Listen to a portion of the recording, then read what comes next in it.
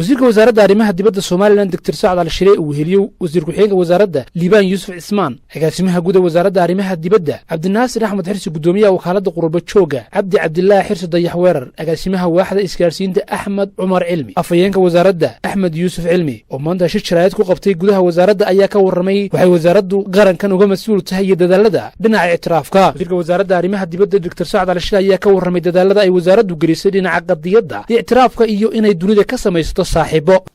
qaybi waa siyaasad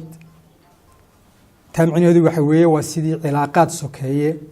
caalamka aynu wala yeelan lahayn ula xiriiri lahayn saaxiibo uga samaysan lahayn qadiyadeena uga iibin lahayn ictiraaf u heli lahayn taas waa siyaasadda waxay kaloo wasaaraddu u xil saaran tahay sidii aynu u soo jiidan lahayn dad dalkan maalgashada ugana qayb geli lahayn shirarka caalamiga iyo macriyada caalamiga ee la xiriira maalgashiga iyo ganacsiga deeqda Soomaaliland la siiyo inaku uma soo maro Soomaaliya iminkana martuuga mani sanduuq inaga hawanayaana ma jiro deeqda waxa la inoo soo mariyaa sanduuqa horumarka Soomaaliland sanduuqaas oo lacagta iyagu marka ay ku shubaan dawladda Ingiriiska dawladda Denmark dawladda Norway dawladda maxanada Netherlands ay ku shubi jireen waxba iskama bedelin waa sidiisii weey waxa kale UN ay noo soo maraa iyaga laftigooda wax aynkaas iska bedelay hadda ilaa iminka ma jiraan kana yeeli meeyno inaku marti uga noqon meeyno Soomaaliya haday noqoteen marti uga noqono waynu iska deynayna inaka isku filan Soomaaliland ma baahna ma taqaaneen shir loo qabto Eritrea dekada Ethiopia waa wadan dad aad badan waa 102 milyan baan u maleynayaa iminka xawli sarana ku socda dhaqaalihiisuna wuxuu ku socdaa 7% ilaa 10% sanadkii ayuu ku socdaa dhaqaalihiisuna wuu badan yahay wuxuu u baahan yahay dekada fara badan buu u baahan yahay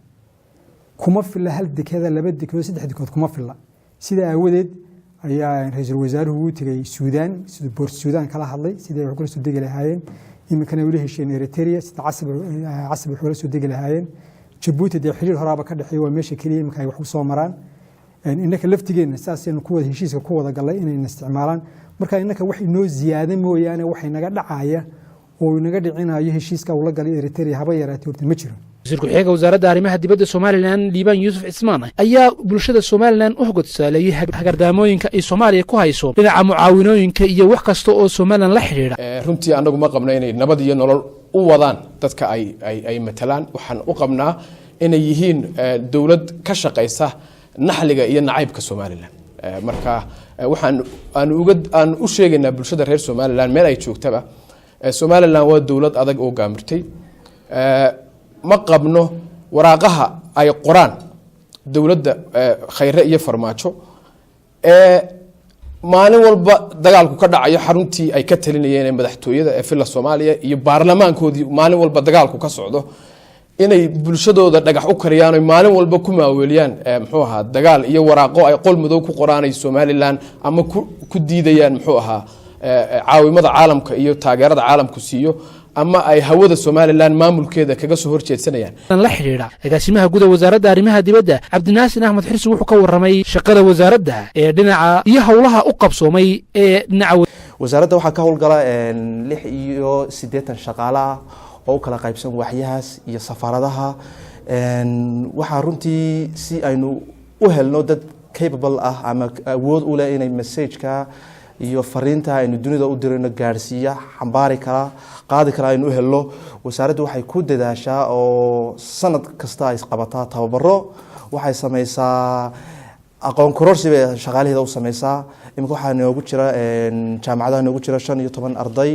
oo heerka labaad ee Manchesterka diyaarinaya waxaan noo qorshaysan inaan qaar kala dirno marka jaamacadaha maxalliga iyo kuwa dibadda way isugu jiraan gudoomiyaha wakaaladda qurbo jooga Soomaaliland Cabdilaahi Xirsi wuxuu ka warramay dadaalada ay dadka qurbo jooga ee reer Soomaaliland ka wadaan dalalka dibadda iyo doorka maalgashi ay ku leeyihiin dalka hay'adda qurbo joogu waxay u taagan tahay xiriirinta qurbo joogeena ku kala daadsan daafaha dunidiisa iyo inay xiriiriso dalka waayaha dalka hadba wixii ka taagan iyo hadba wixii jira kuna soo hagto dalka jacaylkiisa inay maalgashi ku sameeyaan dalka oo shaqo abuur sameeyaan. agaasimaha waaxda isgaarsiinta Axmed Cumar Cilmi ayaa ka warramay dadaalka ay waxaan geliyeen dhinaca miidiyaha dunida. waxaanu adeegsanaa qaabab kala duwan oo ay ugu horeyso warbaahinta caalamka media channelska waxaa ka mid ah international media ama warbaahinta caalamka. warbaahinta caalamka waxaanu la leenahay xiriir joogto ah ama direct communication waxa la yiraahdo.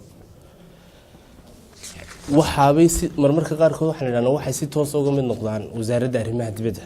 si aynu u marino fariinta togan ee aynu gudbinayno. wasaaradda lafteedu waxay leedahay media wasaaraddu ay leedahay oo website-ka iyo social media channelska sida Facebook page-ka iyo Twitter account-ka oo audience-ka ay ku xidhan